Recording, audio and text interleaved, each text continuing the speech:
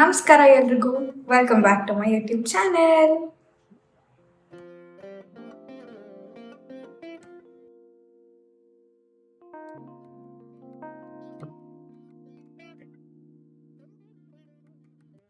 ಹಿಂದೂ ಧರ್ಮದ ಪ್ರಕಾರ ಎಲ್ಲರ ಆರಾಧ್ಯ ದೈವ ಆ ಶಿವ. ಪುರಾಣಗಳ ಪ್ರಕಾರ ಶಿವನು ಬ್ರಹ್ಮಾಂಡವನ್ನು ರಕ್ಷಿಸುವ, ಸೃಷ್ಟಿಸುವ ಹಾಗೂ ಪರಿವರ್ತಿಸುವ ಪರಮಾತ್ಮ. ಭಾರತದಲ್ಲಿರೋ 12 ಜ್ಯೋತಿರ್ಲಿಂಗಗಳೆಂದರೆ ಸೋಮನಾಥ, ಮಲ್ಲಿಕಾರ್ಜುನ, ಮಹಾಕಾಳೇಶ್ವರ, ಓಂಕಾರೇಶ್ವರ, ವೈದ್ಯನಾಥ, ಭೀಮಶಂಕರ, ರಾಮೇಶ್ವರ, ನಾಗೇಶ್ವರ, ಕೃಷ್ಣೇಶ್ವರ, ಕಾಶವಿಶ್ವನಾಥ, ಕೇದಾರನಾಥ ಹಾಗೂ ತ್ರಯಂಬಕೇಶ್ವರ. ಭಾರತದಲ್ಲಿ ಅಷ್ಟೆಲ್ಲ ದೇವಸ್ಥಾನ ಇದ್ರೂ ಯಾಕೆ ಈ 12 ದೇವಸ್ಥಾನ ಮಾತ್ರ ಪ್ರಾಮುಖ್ಯತೆ ಪಡೆದಿದೆ? ಹಾಗಂದ್ರೆ ಏನಾದರೂ ಒಂದು ಶಕ್ತಿ ಅಥವಾ ಪವಾಡ ಇರಲೇಬೇಕಲ್ವಾ? ಇದೇ ಥರ ಶಕ್ತಿ ಪವಾಡ ಇರೋ ದೇವಸ್ಥಾನ ನಮ್ಮ ಬೆಂಗಳೂರಲ್ಲಿದೆ ಅಂದರೆ ನಂಬಕ್ಕಾಗತ್ತಾ? ಹೌದು, ಖಂಡಿತ ಇದೆ.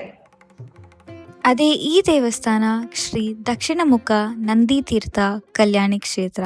ಅಂದರೆ ಏನು ವಿಶೇಷತೆ ಇರಬೇಕಂತ ಯೋಚನೆ ಮಾಡ್ತಿರ್ಬೇಕಲ್ವಾ? ಈ ದೇವಸ್ಥಾನ ಬಂದು ಮಲ್ಲೇಶ್ವರಮಲ್ಲಿರೋ ಗಂಗಮ್ಮ ಹಾಗೂ ಕಾಡು ಮಲ್ಲೇಶ್ವರ ದೇವಸ್ಥಾನದ ಎಕ್ಸಾಕ್ಟ್ ಆಪೋಸಿಟಲ್ಲಿದೆ. ಸಾಮಾನ್ಯವಾಗಿ ನಾವು ನೋಡೇ ಇರ್ತೀವಿ, ಶಿವ ಪೂರ್ವಾಭಿಮುಖವಾಗಿ ನೆಲೆಸಿರ್ತಾನೆ, ಅಂದರೆ ಈಸ್ಟ್ ಫೇಸಿಂಗ್ ಮಾಡಿರ್ತಾನೆ. ಬಟ್ ವೆರಿ ಸ್ಪೆಷಲ್, ಈ ಟೆಂಪಲಲ್ಲಿ ನಂದಿ ಹಾಗೂ ಶಿವ ಇಬ್ಬರೂ ಕೂಡ ಸೌತ್ ಫೇಸಿಂಗ್ ಅಂದರೆ ದಕ್ಷಿಣಾಭಿಮುಖವಾಗಿ ನೆಲೆಸಿದ್ದಾರೆ.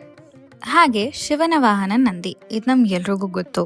ಯೂಶಲಿ ನಂದಿ ಶಿವನ ಮುಂಭಾಗದಲ್ಲಿ ಅಂದರೆ ಶಿವಲಿಂಗದ ಮುಂಭಾಗದಲ್ಲಿ ನೆಲೆಸಿರ್ತಾನೆ. ಆದರೆ ಈ ದೇವಸ್ಥಾನದಲ್ಲಿ ನಂದಿ ಶಿವನ ನೆತ್ತಿಯ ಮೇಲೆ ಅಂದರೆ ತಲೆ ಮೇಲೆ ನೆಲೆಸಿದ್ದಾನೆ. ಇದು ಎಲ್ಲದಕ್ಕಿಂತ ಇನ್ನೂ ವಿಸ್ಮಯಕಾರಿ ವಿಷಯ ಹೇಳಬೇಕು ಅಂದರೆ 24/7 ಅಂದರೆ ದಿನದ ಸತತ 24 ಗಂಟೆಯೂ ಕೂಡ ನಂದಿ ಬಾಯಿಂದ ಶಿವನ ಮೇಲೆ ನೀರು ಬೀಳುತ್ತೆ. ವೆರಿ ಶಾಕಿಂಗ್ ಅಲ್ವಾ? ಆದರೆ ಈ ಮೇಲೆ ಹೇಳಿದ ಎಲ್ಲ ಕಾರಣದಿಂದ ಈ ಕ್ಷೇತ್ರನ ದಕ್ಷಿಣ ತೀರ್ಥ ಅಂತ ಕೂಡ ಕರೀತಾರೆ.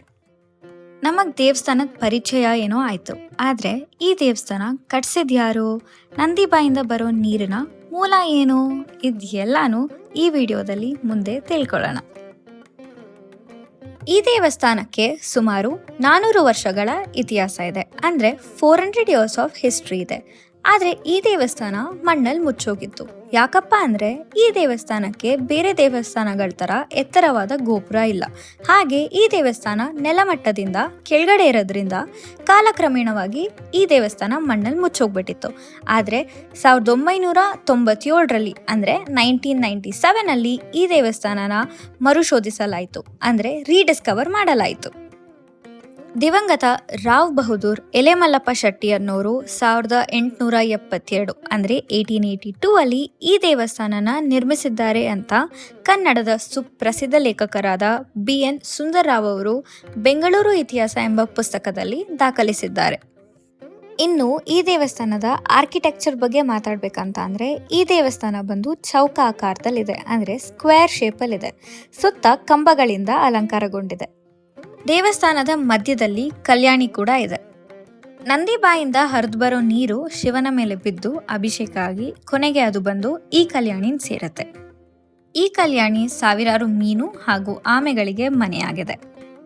ತದನಂತರ ದೇವಸ್ಥಾನದ ಮುಂಭಾಗದಲ್ಲಿರುವ ಬಾವಿಗೆ ಈ ಕಲ್ಯಾಣಿಯ ನೀರು ಹೋಗಿ ಸೇರುತ್ತೆ. ಆ ಬಾವಿಯಲ್ಲಿ ಈ ನೀರು ಸಂಗ್ರಹಣೆ ಆಗತ್ತೆ. ದೇವಸ್ಥಾನದ ಎಲ್ಲ ವಿಶೇಷತೆ ಬಗ್ಗೆ ಏನೋ ತಿಳ್ಕೊಂಡ್ವಿ, ಆದರೆ ನಂದಿ ಬಾಯಿಂದ ಬರೋ ನೀರು ಇದರ ಮೂಲ ಯಾವುದು? ಆದರೆ ಈ ನೀರಿನ ಮೂಲ ಯಾರಿಗೂ ಗೊತ್ತಿಲ್ಲ, ಇನ್ನು ನಿಗೂಢವಾಗೇ ಇದೆ ಅಂದರೆ ಆಶ್ಚರ್ಯನೇ ಅಲ್ವಾ? ಕೆಲವೊಂದು ರಿಸರ್ಚ್ ಪ್ರಕಾರ ಈ ನೀರಿನ ಮೂಲ ಅಲ್ಲೇ ಹತ್ರದಲ್ಲಿರೋ ಸ್ಯಾಂಕಿ ಟ್ಯಾಂಕ್ ಅಂತ ಕೂಡ ಹೇಳ್ತಾರೆ. ಆದರೆ ಇದೆಲ್ಲ ಕೇವಲ ಅಸಂಪ್ಷನ್ಸ್ ಅಷ್ಟೇ. ಈ ಅಸಂಪ್ಷನ್ಸ್ಗೆಲ್ಲ ಪ್ರೂಫ್ ಇಲ್ಲದೆ ಇರೋ ಕಾರಣ ಇನ್ನೂ ಇದೊಂದು ಮಿಸ್ಟ್ರಿಯಾಗೇ ಉಳಿದಿದೆ. ಇನ್ನು ದೇವಸ್ಥಾನದ ಇತರ ಮಾಹಿತಿಗಳ ಬಗ್ಗೆ ಹೇಳ್ಬೇಕಂದ್ರೆ ಈ ದೇವಸ್ಥಾನ ಬೆಳಗ್ಗೆ 7:30ಯಿಂದ 10:00 ತೆರೆದಿರುತ್ತೆ. ಹಾಗೆ ಸಂಜೆ 5 ಗಂಟೆಯಿಂದ 8 ಗಂಟೆ ತೆಗೆದಿರುತ್ತೆ. ಇನ್ನು ಸೋಮವಾರ ಹೋದರೆ ಅಂದರೆ ಶಿವನವಾರ ಹೋದರೆ ವಿಶೇಷ ಅಲಂಕಾರ ಕೂಡ ನೋಡಕ್ಕೆ ಸಿಗುತ್ತೆ. ನಿಮ್ಗೊಳ್ಳೆ ಡಿವೈನ್ ಫುಲ್ ಎಕ್ಸ್ಪೀರಿಯನ್ಸ್ ಬೇಕಂದರೆ ಖಂಡಿತ ಈ ಟೆಂಪಲ್ನ ವಿಸಿಟ್ ಮಾಡಿ. ಹಾಗೆ ಮಕ್ಕಳನ್ನೂ ಕರ್ಕೊಂಡೋಗಿ ಆಮೆ ಮೀನು ಎಲ್ಲ ನೋಡಿ ಖುಷಿ ಪಡ್ತಾರೆ. ಫಾರ್ ಮೋರ್ ಸಚ್ ವಿಡಿಯೋಸ್ ನನ್ನ ಚಾನಲ್ನ ಸಬ್ಸ್ಕ್ರೈಬ್ ಮಾಡಿ, ಲೈಕ್ ಮಾಡಿ, ವಿಡಿಯೋ ಹೆಂಗಿತ್ತು ಅಂತ ಕಮೆಂಟ್ ಮಾಡಿ ತಿಳಿಸಿ.